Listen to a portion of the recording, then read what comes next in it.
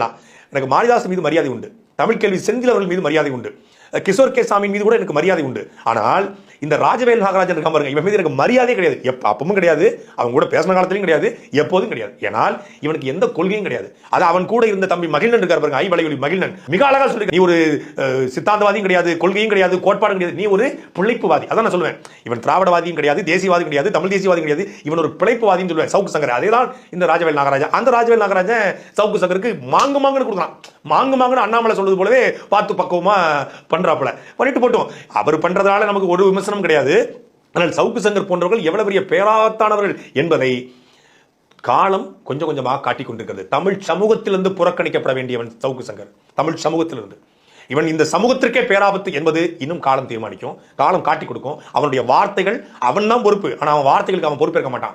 அவன் எதை பற்றியும் கவலைப்பட மாட்டான். ஏன்னா அவனுக்கு குடும்பம், பிள்ளைங்க, எந்த ஸ்ட்ரக்சரும் கிடையாது, எந்த அமைப்பும் கிடையாது, அவன் எந்த ஒழுக்கமும் கிடையாது, எந்த சுய ஒரு சிந்தனையும் கிடையாது, எந்த அறமும் கிடையாது, எந்த எத்திக்ஸும் கிடையாது. எதை பற்றியும் கவலைப்பட மாட்டான். அவனுக்கு பணம் மட்டுமே பிரதானம், புகழ் மட்டுமே பிரதானம், அந்த போதை மட்டுமே பிரதானம்.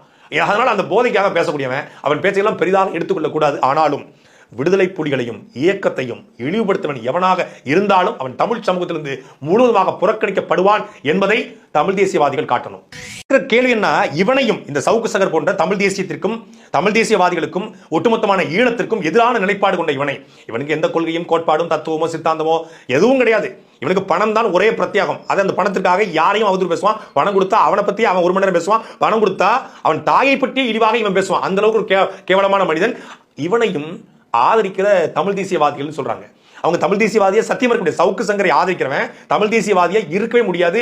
இவனுடைய 10 ஆண்டு கால ஆட்சிகள் எடுத்து படிச்சு பார்த்தா, இவனுடைய இந்த 5 ஆண்டு காலமாக இவன் பேசியிருக்கிற எடுத்து பார்த்தா, முழுக்க தேசிய இனத்தினுடைய விடுதலைக்கு எதிராக, தமிழ் தேசியத்திற்கு எதிராக, நாம் தமிழர் கட்சிக்கு எதிராக பேசுறது மட்டும். அதாவது தமிழ் தேசியத்துக்கு எதிராக பேசக்கூடாதுன்னு இல்லை, புலிகளுக்கு எதிராக பேசக்கூடாதுன்னு இல்லை, யாருக்கு எதிராக யாரும் பேசலாம், அவங்களுக்கு கருத்து உரிமை இருக்கிறது. ஆனால் அவதூறை, மிக மிக மோசமான அவதூறை எதிரிகள் கூட வைக்காத அவதூறை பரப்பான். ஆனா இவனுக்கும் ஆதரிக்கக்கூடிய தமிழ் தேசியவாதிகள் இருக்காங்க. சவுக்கு சங்கர் ரொம்ப முக்கியங்க.